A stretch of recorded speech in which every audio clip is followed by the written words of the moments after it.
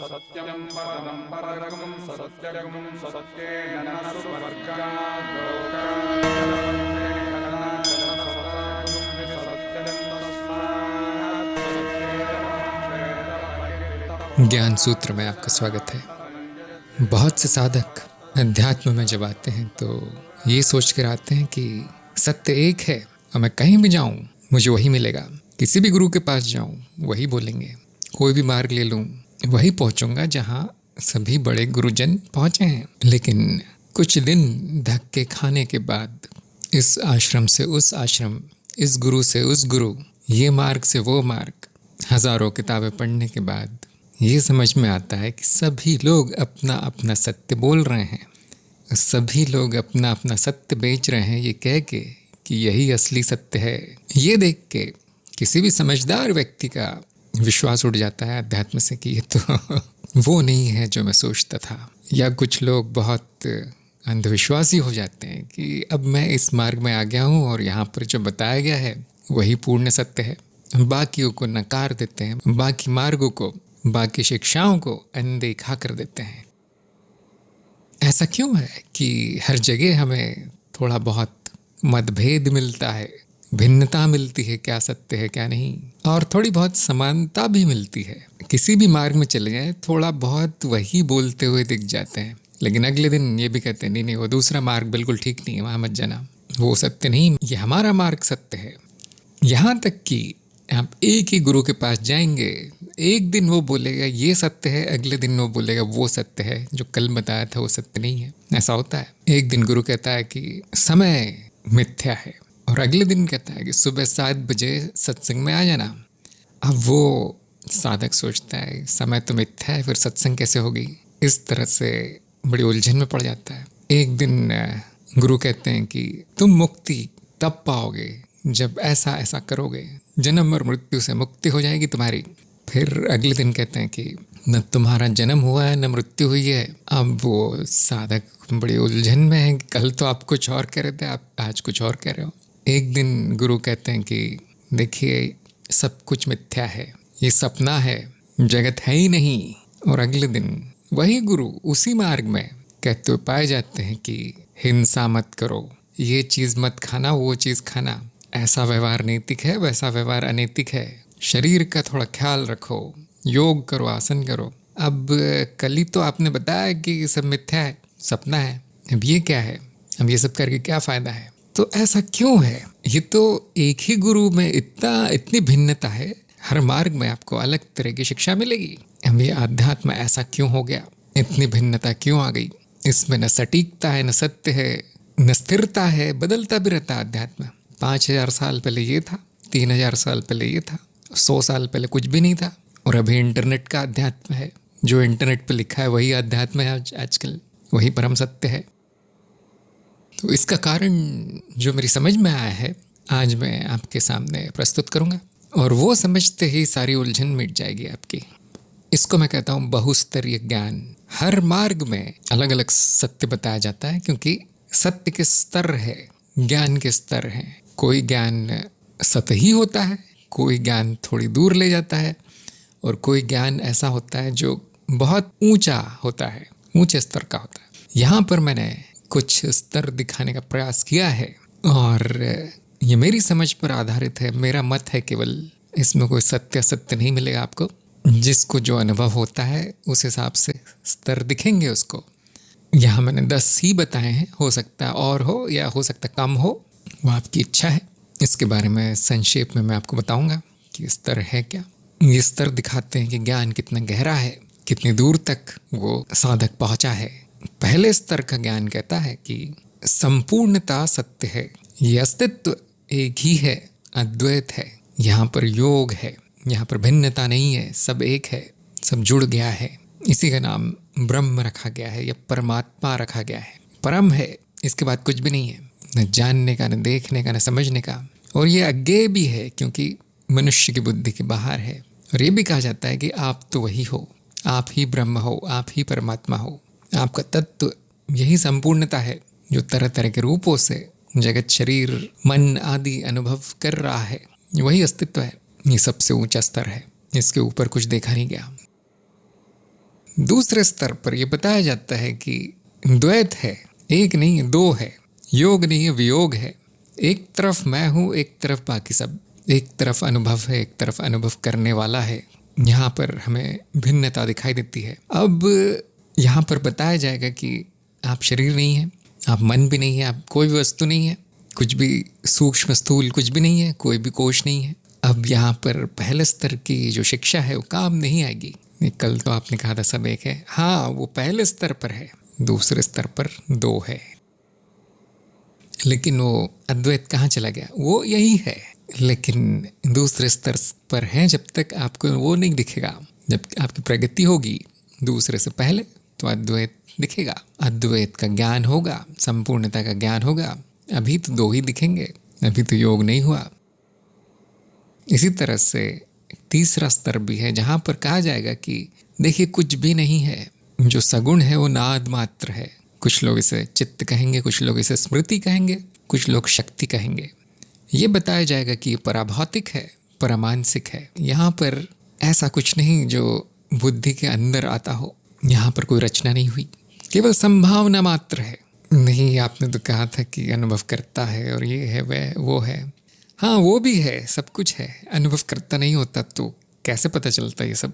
लेकिन अब उसको नाद के रूप में देखा जाता है, अब उसको शक्ति के रूप में देखा जाता है। जो भी है वो, अब यहाँ पे शिव से शक्ति अलग हो गई है। और जब वो प्रकट होती है, जब नाद प्रकट होता है, तो उसको चौथे स्तर पर हम विश्वचित्त कहते हैं।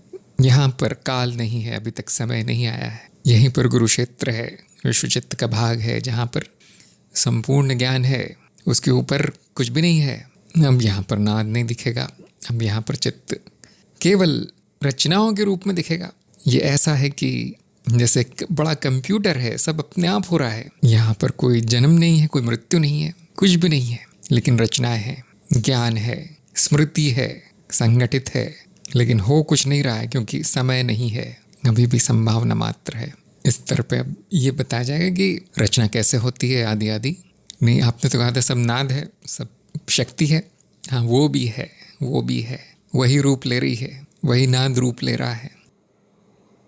इसके नीचे एक स्तर है जिसको मैंने अज्ञात कहा है या परमानसिक कहा है, क्योंकि ये ऐसा रहस्यमयी है कि इसका कोई ज्ञान नहीं होता जब तक कि आप वहाँ न पहुँच जाए। इसके नीचे एक स्तर है जिसको कारण शरीर कहा जाता है।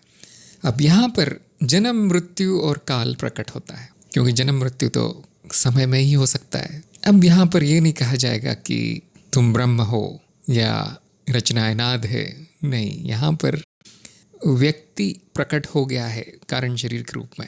अब उसका जन्म भी होता है, उसकी मृत्यु भी होती है। अब नहीं कहा जाएगा इस स्तर पे कि तुम्हारा जन्म नहीं हुआ, तुम्हारी मृत्यु नहीं हुई, कुछ नहीं हुआ, तुम्हारे कर्म नहीं है, तुम मुक्त हो, ये नहीं कहा जाएगा। यहाँ पर ठीक उल्टा कहा जाएगा, तुम्हारी मृत्यु होती है, तुम्हारा जन्म होता है, कर्मों की वजह से होता है, संस्कारों की वजह से, स्मृति की वजह से, और इसका अपना विज्ञान है कि ये संचित कर्म होगा, ये वैसा कर्म होगा, ऐसा कर्म होगा। इसको रोकने का अपना तरीका है, अपनी साधना है उसको रोकने की। अब इस स्तर पर जो होगा वो ऊपर समझ नहीं पाएगा क्या हो रहा है, और जो ऊपर के स्तरों पे पहुंच गया है साधक, उसके लिए ये सब बच्चों का खेल है, जन्म मृत्यु और काल अकाल। इसलिए यहाँ पर जो कहा गया है वो उसको सत्य नहीं लगेगा, वो कहेगा ये सब असत्य है। लेकिन जो इसके ऊपर नहीं पहुँचा है स्तर के, उसको तो यही सत्य लगेगा कि मेरा जन्म होता है, मैं कारण शरीर हूँ, मैं जीव हूँ, जीवात्मा हूँ। अभी पता नहीं क्या क्या नाम है इसके, बीज शरीर, लिंग शरीर, और बहुत से मार्गों का तो एक लक्ष्य है कि यहाँ पहुँच के रुक जाना, कारण शरीर पहुँच के रुक जाना है, क्योंकि इच्छाओं का अंत होते ही कारण शरीर का अंत हो जाता है, विलीन हो जाता है। इसलिए मैंने कहा उसके ऊपर वाला स्तर थोड़ा ज़रा अज्ञात है, समझ में नहीं आता कि क्या होता है उसके बाद में। कुछ लोग हैं जो बहुत विद्वान है, बहुत ज्ञानी है, हो सकता है उनको पता हो, तो आप मुझे बता सकते हैं। इसके नीचे एक और स्तर है जिसे सूक्ष्म कहा गया है, यह पराभौतिक है। जो भौतिक नहीं है वो सब यहाँ है। यहाँ पर आपको लोक मिलेंगे जो कि भौतिक जगत जैसे दिखते हैं। यहाँ स्वप्न लोक है, यहाँ इच्छा लोक है, यहाँ स्वर्ग लोक है, और यहाँ पर आपको आपके प्रिय देवी देवता, पितृ, मृत संबंधी आदि आदि जीव मिलते हैं, प्राणी मिलते हैं जो हम जैसे ही हैं, लेकिन उनका भौतिक शरीर नहीं है, वैदेहिक हैं। इसमें लोगों की बहुत रुचि होती है, कुछ कारण होगा, नया नया लगता है उनको, लेकिन बड़े निचले स्तर का ज्ञान है ये। और इस स्तर पे ये भी सत्य है कि हाँ, प्रेत सत्य है, राक्षस दैत्य सत्य है, देवता सत्य है, देवी सत्य है, ये सब शक्तियाँ जो है पराभौतिक शक्तियाँ सत्य है। यहाँ पर यही बताया जाता है। तांत्रिक यहाँ पे पाए जाते हैं, वो इस स्तर के ऊपर प्रगति नहीं कर पाते। हाँ, लेकिन यहाँ जाके ये पता चलता है कि जगत, शरीर वगैरह वगैरह सब बकवास है, सब असत्य है। तो इसका भी अपना महत्व है। ऐसा नहीं, हर स्तर का अपना महत्व है, लेकिन जैसे जैसे हम नीचे जाते हैं असत्य बढ़ता जाता है, माया बढ़ती जाती है। तो ये भी बड़ी माया है, 7वां स्तर। इसके नीचे जो हमारा जाना पहचाना स्तर है वो है मन, बुद्धि, अहम और व्यक्ति का स्तर, जो जीवित मनुष्य में पाया जाता है। ये न सूक्ष्म है न स्थूल है, बीच का है। क्योंकि मन के अनुभव, बुद्धि के और अहंकार के, व्यक्ति का अनुभव सभी को हो रहा है। कोई बड़ी सिद्धि नहीं लगती है देखने में।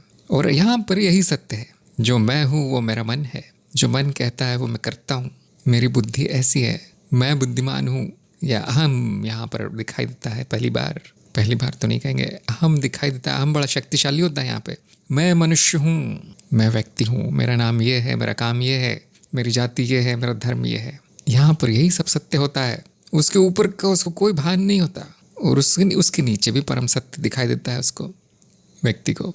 अब यहाँ पर जो है उसके लिए सूक्ष्म लोक, ये विश्वचित्त, ये नाद, आत्मन, ब्रह्मन, ये सब हंसी खेल है। उसके लिए ये सब काल्पनिक है, कभी देखा नहीं, कभी जाना नहीं। उसके लिए तो व्यक्ति ही सत्य है, उसके ऊपर कुछ है नहीं। फिर भी ये जो भौतिकवादी है उनके थोड़ा ऊपर आ जाता है स्तर। भौतिकवादी के लिए 9वां स्तर है, जहाँ पर जगत सत्य है, शरीर सत्य है, समाज सत्य है। समाज में ऊपर उठना, बहुत सारे पैसे कमाना, सोना चांदी जमा करना, संबंधी जमा करना, और शरीर को भोग विलास में डुबा देना, यही सत्य है। ध्यान दीजिए, 99% या उससे भी अधिक जनता इसी स्तर पर है। उनको तो मन, बुद्धि ये भी समझ में नहीं आता। उनको तो लगता है हाँ मैं हूँ, ये बड़ी गहरी माया है यहाँ पे, इससे निकलना बहुत कठिन है इस मृत्युलोक में। यहाँ पे मृत्युलोक सत्य हो जाता है, और जो ऊपर पहुँच गए ऊपर के स्तरों में वो कहेंगे नहीं नहीं, ये सब झूठ है, ये सब सपना है। यहाँ पे सत्य बदल जाता है। इसके नीचे भी एक स्तर है जो पूरी तरह निर्जीव है, पदार्थ है, जिसको हम कहेंगे भौतिक जगत, भौतिकता, अणु, परमाणु और तरह तरह के रसायन, बस इतना ही है। पत्थर, नदी, नाले, पहाड़, ये विज्ञान का कार्य क्षेत्र है, उस खेल का मैदान है विज्ञान के लिए। और विज्ञान यहीं तक पहुंच पाया है। सबसे निचले स्तर पे विज्ञान है, भौतिक विज्ञान, भौतिक जगत। इस जगत में और मनुष्य के जगत में थोड़ा सा फर्क है, क्योंकि मनुष्य का जगत थोड़ा और विस्तृत है। उसमें लोग आ जाते हैं, उसमें समाज आ जाता है, जो कि निर्जीवता में नहीं दिखाई देता है। जो भौतिकवादी हैं उनके लिए ये परम सत्य है, ये जगत। इसे हम कहेंगे विज्ञान का सत्य। एक जो डॉक्टर है जो शरीर को ठीक करता है, बीमारियां ठीक करता है, वो थोड़ा सा ऊपर है, शरीर को जान गया है, जानता है पूरी तरह निर्जीव नहीं है, फिर भी उसको पदार्थ ही मानता है। हम देख रहे होंगे कितने तरह के सत्य हैं, मैंने तो 10 गिनाए हैं, और भी हो सकते हैं। जो जिस स्तर तक पहुंचता है उस स्तर पे उसको वो सत्य लगता है। ध्यान दीजिए, सबका सत्य अलग अलग है। यहाँ तक कि जब हम एक स्तर पर बात कर रहे होते हैं तो वहाँ पे उसी स्तर को सत्य मान लिया जाता है। हर स्तर का अपना अपना ज्ञान है। भौतिक जगत का अपना ज्ञान है, विज्ञान। शरीर समाज का अपना ज्ञान है, व्यक्तित्व का अपना ज्ञान है, बुद्धि का, मनोविज्ञान आदि। मनोविज्ञान थोड़ा और ऊपरी ज्ञान है। इसी तरह से तंत्र ज्ञान, सूक्ष्म लोक, देवी देवता आदि, इसका अपना ज्ञान है। इस तरह से ऊपर जाते जाएंगे तो ज्ञान परिष्कृत होता जाता है, बड़ा होता जाता है और ऊंचा होता जाता है। ऊंचे ज्ञान की एक विशेषता है कि उससे नीचे वाला जो भी ज्ञान है वो असत्य जान पड़ता है, उसको कभी सत्य नहीं लगेगा। जो ऊंचे स्तर पर पहुंच गया है उसको निचले स्तर सत्य नहीं जान पड़ते, और जो नीचे स्तर पे है उसको कभी ऊपरी स्तर दिखाई भी नहीं देते। ठीक ऐसा ही है कि जो एक इमारत की ऊपरी मंजिल में है उसको नीचे की सारी मंजिलें दिखाई देती है, जो नीचे है उसको दिखाई नहीं पड़ता ऊपर क्या है। अधिकतर नीचे ही दृष्टि होती है उसकी, ऊपर नहीं देखता। जब ऊपर का दिखाई पड़ता है तो उसकी प्रगति होती है, तब वो चढ़ता है ऊपर, नहीं तो नहीं। नहीं तो जहाँ है वही सत्य है उसके लिए। इस तरह से एक नियम जैसा है कि जो निचले स्तर का सत्य है वो ऊपर के स्तर पे असत्य होता है, और जो ऊपर का सत्य है वो नीचे के स्तर पर भी सत्य होता है, वो असत्य नहीं हो जाता। जो निर्जीव जगत है वहाँ पे भी संपूर्णता है, वहाँ पे भी अद्वैत है, वहाँ पे भी अनुभव करता है, वो भी नाद है। जो शरीर है वो भी वही है जो ऊंचे स्तर पे दिखा था। जो सूक्ष्म लोक तक पहुँच गया है वो तो ये कहेगा कि हाँ, ये मन बुद्धि अहंकार ये सब सूक्ष्म ही है, मेरा शरीर भी सूक्ष्म है, और ये जो भौतिक जगत जिसको कहते हैं वो भी सूक्ष्म है। ऐसा ही जान पड़ेगा। इसको क्यों सत्य कहते हो, वो कहेगा ये भी सपना है। इसी तरह से यहाँ जन्म मृत्यु सब कुछ सत्य होगी। इसी तरह से विश्व चित्त का भाग है जो भी मनुष्य का जीवन है। अब इसमें से क्या सत्य है, क्या सत्य है, आपको थोड़ा समझ में आने लगा होगा। इसे हम कहते हैं सापेक्षिक सत्य। सत्य सापेक्षिक है, परम नहीं है। जहाँ तक आपकी पहुँच है वही परम है। जो छठवें स्तर तक पहुँच गया उसके लिए कारण शरीर परम सत्य है, जन्म मृत्यु परम सत्य है। जो विश्व चित्त में विलीन हो गया उसके लिए भगवान ईश्वर परम सत्य है। काल रहित हो गया, समयहीन हो गया, बस उतना ही है उसके लिए। कोई भी सत्य परम नहीं है। मान लिया जाता है कि हाँ मैं यहाँ पहुँच गया हूँ, इसके आगे मुझे कुछ ज्ञान नहीं है, तो अब परम सत्य तो यही है। मान्यता है सत्य, पाया नहीं जाता, दिया नहीं जाता, खोजा जाता है। सत्य खोजना पड़ता है। जितना आप ऊपर के स्तर तक पहुँचेंगे उतना सत्य के करीब आते जाएंगे। जैसे जैसे नीचे जाएंगे सत्य का कोई ठिकाना नहीं है, फिर सब सब सब असत्य है। इसको हम आध्यात्मिक प्रगति के रूप में भी देख सकते हैं कि सीढ़ी चढ़ना है आपको। अब सत्य बदलता जाएगा जैसे जैसे आप सीढ़ी चढ़ेंगे। कुछ लोग कहेंगे नहीं नहीं मैं तो पहुंच चुका हूं जहां पहुंचना था, वो बाकी जो ऊपर के स्तर बताए वो काल्पनिक है। तो इसका अर्थ है अज्ञान बचा है, बहुत अज्ञान बचा है। यदि वो नहीं होता तो बताना भी संभव नहीं था। उसकी व्याख्या शास्त्रों में नहीं मिलती, वेदों में उपनिषदों में नहीं मिलती, उसके कोई गुरु बात नहीं कर रहा होता। कल्पना भी सत्य से ही आती है। ध्यान दीजिए, पहले कुछ देखना पड़ता है, उसके बाद उसमें मिर्ची मसाला डाल के कल्पना की जाती है। जो देखा ही नहीं उसकी कल्पना भी कैसे करेगा कोई। जो दिखता है उसको यदि समझा नहीं गया तो काल्पनिक हो जाता है, वो अज्ञात हो जाता है। अब हमारा काम है उसको खोजना। और जैसे ही आप ऊपर के स्तर पर पहुंचते हैं आप देखेंगे कि नीचे का सब असत्य हो गया, सब झूठ हो गया नीचे का। इसलिए मैंने 3 तरह के सत्य यहाँ पर लिखे हैं। जो है उसे हम कहेंगे सत्य, उसको हटाया नहीं जा सकता, वो झूठ नहीं हो सकता, कितने भी ऊपर पहुँच जाएं। और हाँ, सब लोगों ने अपना अपना मान लिया है यही है। अब जो नहीं है हम उसे कहेंगे असत्य। दिख गया है, ये ज्ञान हो गया है क्या सत्य है। और जो सत्य मान लिया जाता है व्यवहारिकता के लिए उसे हम कहेंगे विसत्य। जैसे गुरु बताते हैं कि समयहीनता है, वो फिर कहते हैं कि कल आ जाना इस समय।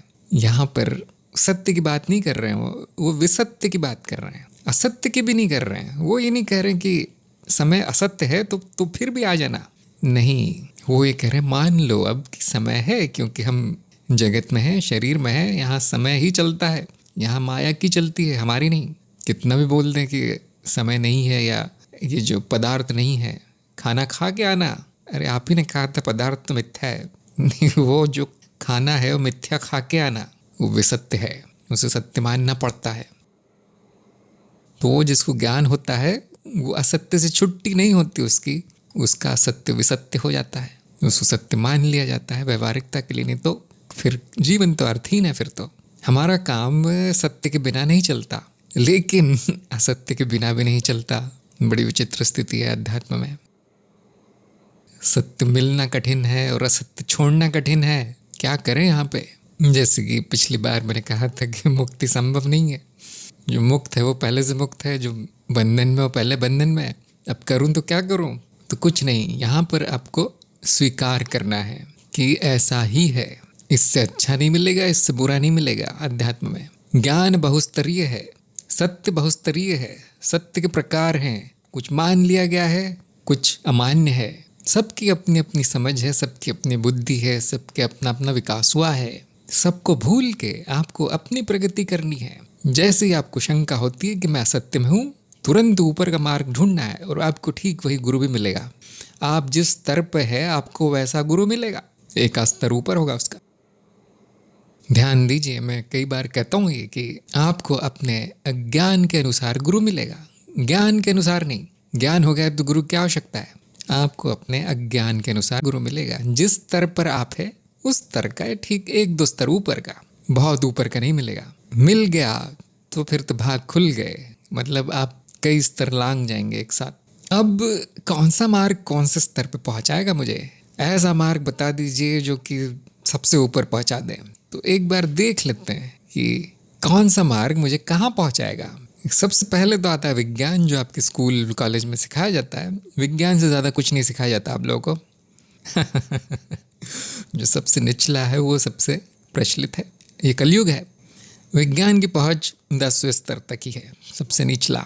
उसके आगे कुछ नहीं जानता वो। विज्ञान आपको सबसे निचले स्तर पर रखता है, आपको भौतिकवादी रखता है, और मनुष्य समझता है कि मैं शरीर हूँ, और बड़ा दुख झेलता है इस वजह से। उसके जीवन का कोई लक्ष्य नहीं होता। खाना पीना, रक्षण, भक्षण, प्रजनन, इतना ही होता है। पशु होता है वो व्यक्ति इस स्तर पे। जैसे पशु अपने बिल में भोजन जमा करता है, वैसे वो मनुष्य रूपी पशु संग्रह करता है और कुछ नहीं करता। उपभोक्ता होता है और फिर मर जाता है। बहुत से लोग आत्म सुधार को ही अध्यात्म समझ लेते हैं। अच्छा, ये शरीर वगैरह भौतिकवाद मेरे लिए ठीक नहीं है, लेकिन मैं अच्छा व्यक्ति बनना चाहता हूँ। मेरा शरीर अच्छा हो, स्वस्थ हो, मेरी बुद्धि अच्छी चले, मेरा स्वभाव अच्छा हो जाए, सब लोग मुझे प्रेम करें और मेरी भावनाएं अच्छी हो जाएं, दुख ना हो मुझे। इसे हम कहते हैं आत्म सुधार का मार्ग। और लोग सोचते हैं यही अध्यात्म है। जिनको अध्यात्म क्या है पता नहीं है। फिर भी ये बहुत अच्छा है, पशुवृत्ति से अच्छा है। यहाँ मनुष्य दिखाई देता है, मनुष्य का रूप प्रकट होता है यहाँ पे, लेकिन ये आपको 8वें स्तर तक ही ले जाएगा। जिनकी आत्म सुधार से कोई संतुष्टि नहीं होती, जिनको और चाहिए होता है कि ये मृत्यु के बाद क्या है, जन्म के पहले क्या था, क्या मैं मनुष्य हूँ या वो हूँ जो बड़े बड़े गुरुजन बोलते रहते हैं, समझ में नहीं आता मेरे। लेकिन वो थोड़ा और खोज करते हैं और भौतिक के ऊपर पहुँच जाते हैं। ये हो गया तंत्र मार्ग, जो आपको 6वें या 7वें तल तक पहुँचा देगा। तंत्र मार्ग, उसके ऊपर तांत्रिक को कुछ नहीं पता होता। यहाँ पर सिद्धियाँ, आदि शक्तियाँ और वैदिक प्राणी, देवी देवता, ये सब मिल जाते हैं। उसी को आध्यात्म समझ लेते हैं लोग। इसके बाद है कर्म का मार्ग, जो कि जन्म मृत्यु से छुट्टी दिलवाता है। ये आपको कारण शरीर के स्तर तक पहुँचा देगा, या फिर इसके भी ऊपर, जो जैसे मैंने अज्ञात कहा है, क्या होता है कारण शरीर का वहाँ पे कोई नहीं जानता, वहाँ पहुँचा देगा। इसको ये भी कह सकते हैं कि यहाँ पर ऋषि हैं, यहाँ पर बोधिसत्व है, यहाँ पर पुण्यात्माएं हैं, जिनका कभी जन्म नहीं होगा लेकिन हैं, कोई जानता नहीं हो उनको, अपने अपने लोकों में है। ये पुण्य कर्म करने से यहाँ पर पहुँचा जा सकता है। नैतिक कार्य करने से, अच्छा जीवन, आध्यात्मिक जीवन जीने से बड़ा अच्छा मार्ग है। लेकिन यहीं तक पहुँचे उसकी 5वें 6वें स्तर तक। इसके बाद भक्ति मार्ग, जिसमें कि ईश्वर से साक्षात्कार लक्ष्य है। ये 4थे स्तर तक पहुँचा देगा विश्व चित्त के, जहाँ पे विलीनता है, जहाँ पे व्यक्ति नहीं है, विश्व चित्त सगुण है, सगुण में विलीन होना, इतना करवा देगा भक्ति मार्ग। इसके ऊपर नहीं पहुँचाएगा। इसके बाद शक्ति का मार्ग, जो आपको शक्ति के स्तर तक पहुँचा देगा, नाद के ऊपर भी पहुँचा देगा कभी कभी, जिसे हम कहते हैं पराशक्ति, उसके दर्शन करवा देगा। और यहाँ पे व्यक्ति तो विलीन होता ही है, सब कुछ विलीन हो जाता है। वो देवी के दर्शन होते हैं यहाँ पे, जिसने सभी का सृजन किया है, उस शक्ति तक पहुँचा देगा आपको शक्ति का मार्ग। जैसा कि हम जानते ही हैं, यहाँ पे बहुत लोगों की लालसा होती है पहुँचने की। उनको लगता है यही परम सत्य है, लेकिन ये बस पराभौतिक और परमानसिक के ऊपर है। यहाँ पर भी विसत्य है, नाद शक्ति भी विसत्य है।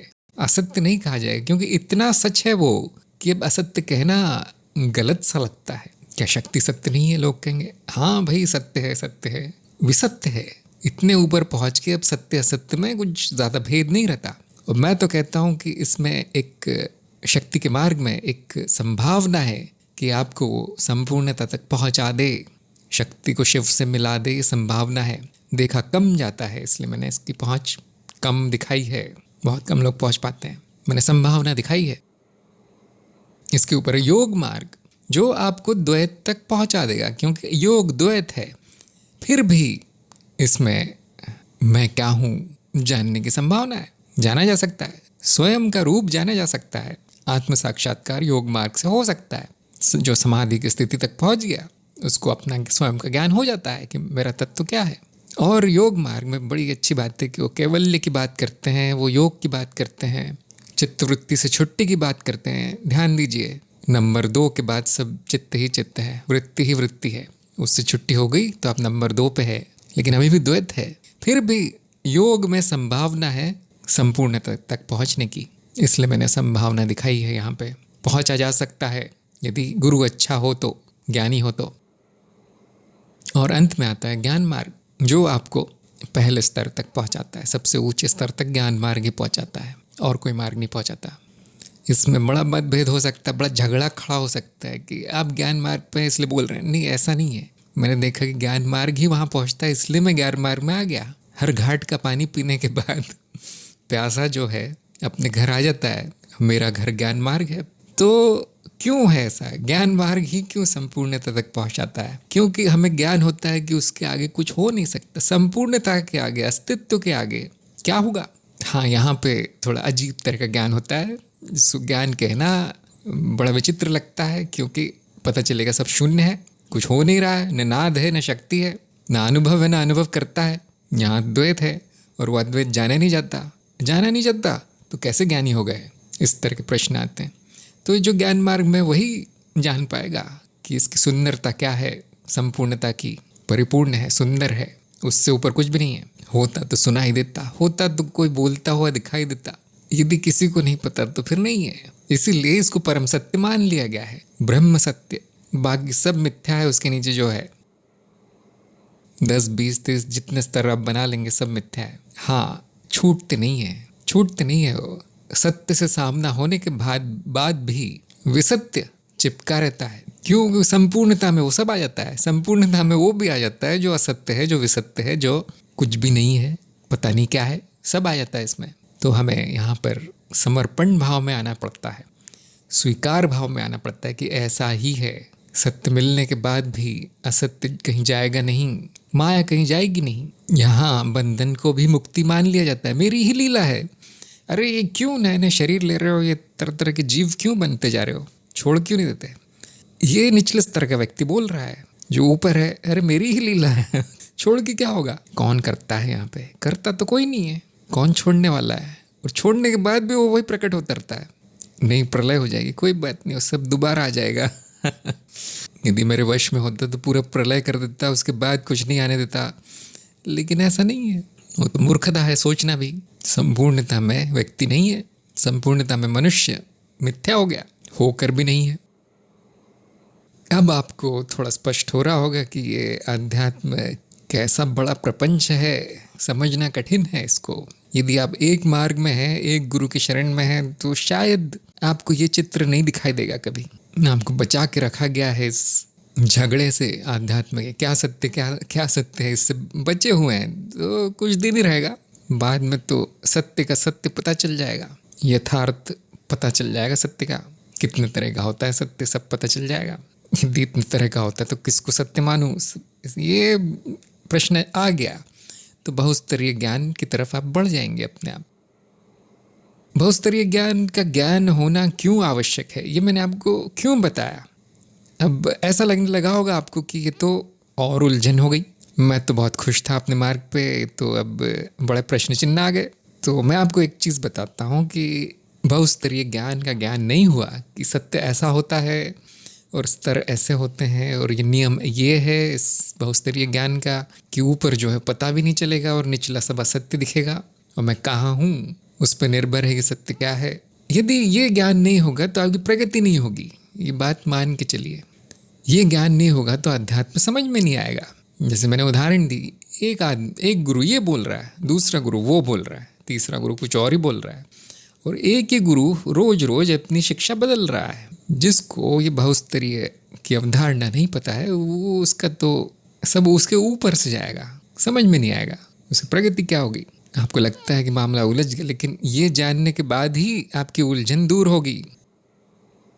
जो ये नहीं जानता वो उलझा रहेगा अध्यात्म में, कुछ पड़ा रहेगा किसी आध्यात्मिक कीचड़ में। यहाँ शुद्धता है, यहाँ पे स्पष्ट है, यहाँ पे आप आर पार देख सकते हैं अध्यात्म के वो है क्या। अब आपकी समझ में आएगा कौन सा मार्ग कब चुनना है। अब आपकी समझ में आएगा कि कुछ लोग ऊपर क्यों नहीं जा पाते। अब आपकी समझ में आएगा कि मुझे हमेशा ऐसा ही गुरु क्यों मिलता है जो एक दो चीज़ें बता के भेज देता है घर। तुम्हारे दुखों का कारण तुम्हारे पूर्व जन्म के कर्म है, जाओ शुद्धि कर लो। क्या ये अध्यात्म है? अरे तुम्हारी चित्तवृत्ति बहुत तेज है, ध्यान करो ध्यान करो। चित्तवृत्ति तुम्हारे दुखों का कारण है, नियंत्रण करो चित्त पे, योग करो, आसन करो, प्राणायाम करो। अब कौन क्या करेगा? जिसको बहुस्तरीय ज्ञान नहीं हुआ है वो तो प्रगति नहीं करेगा। ध्यान दीजिए, ये सब किसी को बताया नहीं जाता, इतने स्पष्ट रूप में कभी नहीं बताया गया किसी को। कुछ तो कारण होगा। कारण बड़ा आसान है, गुरुजन भी अंधकार में है इसको लेके। गुरुओं से मिल लीजिए, वो अपनी अपनी डफली, अपना अपना राग ऐसा है वहाँ पे। ये जो विहंगम दृश्य है वो यहाँ पर दिखाया गया है और कहीं नहीं। ये शब्द आपको नहीं मिलेंगे कहीं, बहुस्तरीय ज्ञान, विसत्य, ये सब क्या होता है बोलेंगे। ये बनाने पड़े हैं शब्द, क्योंकि शब्द ही नहीं है ऐसे, शब्दकोश में नहीं है ऐसे शब्द। हाँ, आपको कुछ शब्द मिलेंगे जैसे व्यवहारिक सत्य, सापेक्षिक सत्य, और वो भी वहाँ मिलेंगे जो बहुत ऊंचे स्तर का ज्ञान है, वहाँ मिलेंगे। जैसे ज्ञान मार्ग में मिलते हैं शब्द, और कहीं नहीं। तो मुझे आशा है कि इससे आपकी काफ़ी उलझन दूर हो जाएगी। अब सब साफ साफ दिखने लगेगा, अब कहाँ जाना है, क्या करना है, आपकी समझ में आने लगेगा। ये कुछ और बोल रहा है, वो कुछ और बोल रहा है, इससे आपकी उलझन नहीं होगी। तुरंत समझ में आएगा किस तरह की बात की गई है। अब आपकी समझ में आएगा मेरी प्रगति हो गई, लेकिन न शरीर छोड़ता है, न दुख छोड़ता है, न मेरे संबंधी छोड़ते हैं, न बीवी छोड़ती है। अब आपकी समझ में आ जाएगा ये भी सत्य है, स्वीकारना है, समर्पण करना है। अब आपकी प्रगति होगी। मेरी शुभकामनाएं आप सभी के साथ हैं। ज्ञान का प्रकाश फैलाएं, बोधिवार्ता देखते रहें। नमस्कार। सत्यं परमं परगं सत्यगं सत्येन न सुवर्गात् लोकात्